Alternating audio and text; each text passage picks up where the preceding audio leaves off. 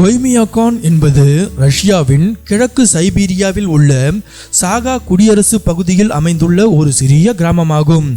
இது நிரந்தரமாக மனிதர்கள் வசிக்கும் உலகின் குளிரான பகுதி என்ற பெயரால் புகழ்பெற்றது. இந்த கிராமம் கடல் மட்டத்திலிருந்து சுமார் 750 மீட்டர் உயரத்தில் மலைகளால் சூழப்பட்ட ஒரு பள்ளத்தாக்கில் அமைந்துள்ளது. இதனால் குளிர்ந்த காற்று அங்கு சிக்கி கடுமையான குளிர்நிலை உருவாகிறது. ஒய்மியாகான் என்ற பெயர் அருகாமையில் உள்ள ஒரு வெந்நீர் ஊற்றிலிருந்து வந்தது. எவன் என்ற உள்ளூர் மொழியில் இதன் பொருள் உறையாத நீர் உள்ள இடம் என்பதாகும். ஒய்மியாகானின் முக்கிய சிறப்பு அதன் அதீதமான காலநிலை.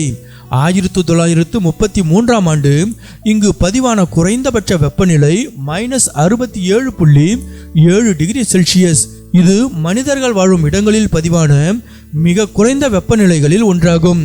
குளிர்காலங்களில் வெப்பநிலை பொதுவாக 50 டிகிரி செல்சியஸுக்கு கீழே நீண்ட நாட்கள் தொடர்கிறது.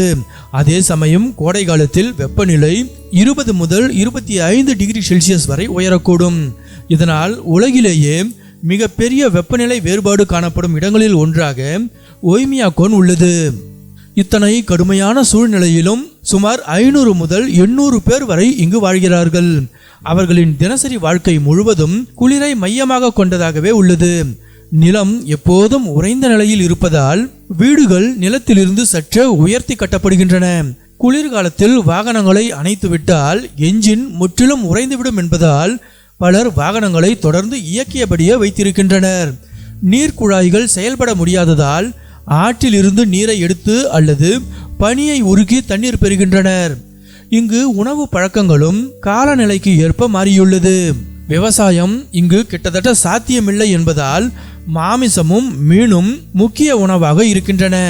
ஸ்ட்ரோகனினா எனப்படும் உறைய வைத்த பச்சை மீனை உண்ணும் உணவு இங்கு மிகவும் பிரபலமானது.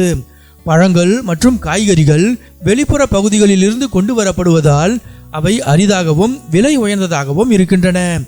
பால் கூட உடனே உறைந்து விடுவதால் அது பல நேரங்களில் உறைந்த நிலையிலேயே விற்கப்படுது.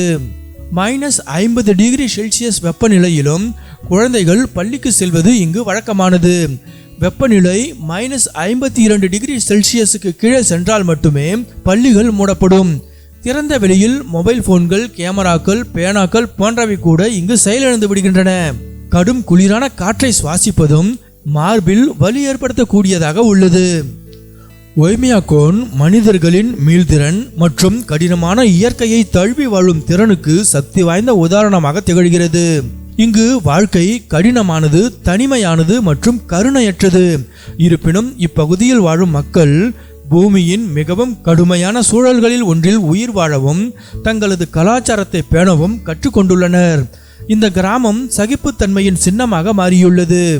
மேலும் மனித வரம்புகளின் விளிம்பில் உள்ள வாழ்க்கை குறித்து அறிய ஆர்வமுள்ள விஞ்ஞானிகள், பயணிகள் மற்றும் ஆவணப்பட தயாரிப்பாளர்களை ஒய்மியாகான் ஈர்த்து வருகிறது.